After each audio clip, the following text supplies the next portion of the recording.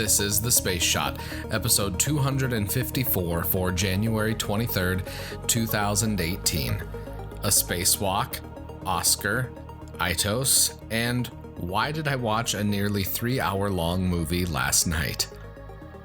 Hey everyone, welcome to The Space Shot, your daily space history, pop culture, and news fix.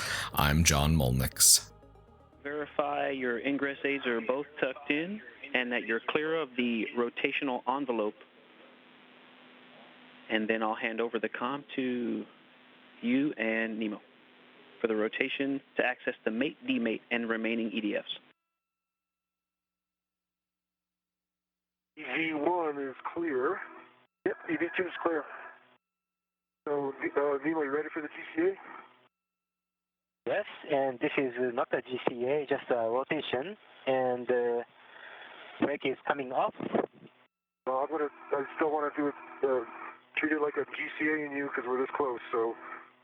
This morning, on the 23rd of January, American astronauts Mark Vande Hei and Scott Tingle performed a spacewalk where they conducted maintenance on the station's robotic arm.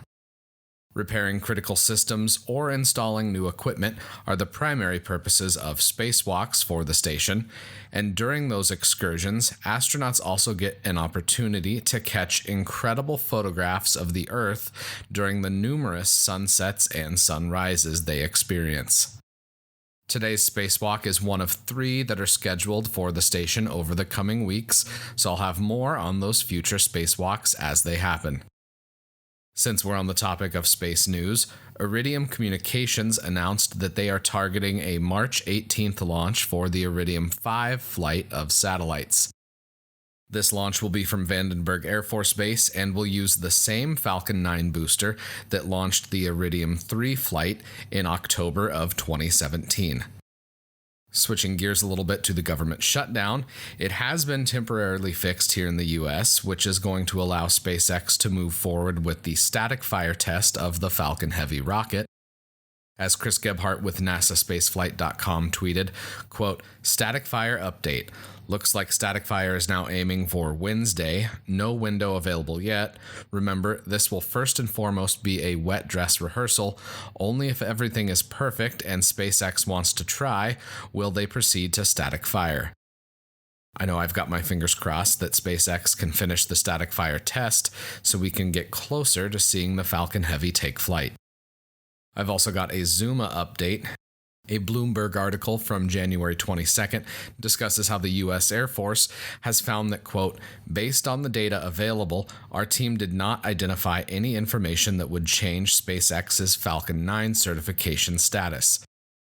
While this piece of information doesn't shed a ton of light on the ultimate fate of Zuma, it does bolster SpaceX's claims that the Falcon 9 performed nominally. Now it's time for some space history. On January 23, 1970, the ITOS, or Improved TIROS operational satellite, was launched along with the Oscar V satellite. The TIROS, or Television Infrared Observation Satellites, were part of a series of early weather satellites that were launched by the United States starting in 1960. ITOS-1 was a second-generation sun-synchronous meteorological satellite that observed Earth in infrared and visual wavelengths.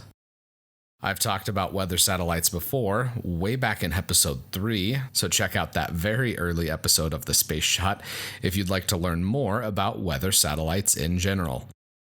The other satellite that launched with ITOS-1 was the Oscar V amateur radio satellite. This small, battery-powered spacecraft transmitted, quote, "battery conditions, spacecraft temperatures, and horizon sensor responses." Over its short month and a half or so of life, amateurs in over 25 countries made contact with the spacecraft. I talked about Oscar I in episode 212. Oscar I was the first amateur satellite that was launched into space all the way back in 1961. Check out episode 212 if you're interested in learning more. Let's finish up today's episode with some pop culture. I got home late last night and watched Blade Runner 2049. I've been busy enough with the podcast. I've had a hard time seeing movies as they come out in the theater, especially with the small town that I live in, only having most movies in the theater for a week or so before they're gone. I enjoyed the original Blade Runner movie, but it's been ages since I've seen that movie. I was apprehensive about not seeing that original movie before diving into 2049, but you really don't need to watch the first movie again before watching the latest installment. I enjoyed Blade Runner 2049 a lot. It seems like over the last couple years there have been too many bombastic, blockbuster-type movies that rely on explosions and action to cover for a lack of nuance and depth in their stories. Blade Runner 2049 isn't perfect, but I appreciate where the story was taken and how we got there. I give Blade Runner 2049 4.5 holographic Elvises out of 5. I did want to mention the movie here because there's talk of the use of replicants as off-world labor in the movie. There's really not much more detail given on this subject, but the use of robots, artificial intelligence, and androids are a staple in a lot of science fiction stories. I don't want to get too deep here, but I believe that the methods that humanity employs to colonize other worlds will have a profound effect on how those future societies develop. I'd enjoy watching a movie that looks at the off-world replicants, but considering it's been 3+ decades since the original Blade Runner movie came out, I don't think we'll be seeing a spin-off of Blade Runner 2049 until probably about 2049. I hope you enjoyed today's episode. I'd appreciate it if you could leave a review on iTunes.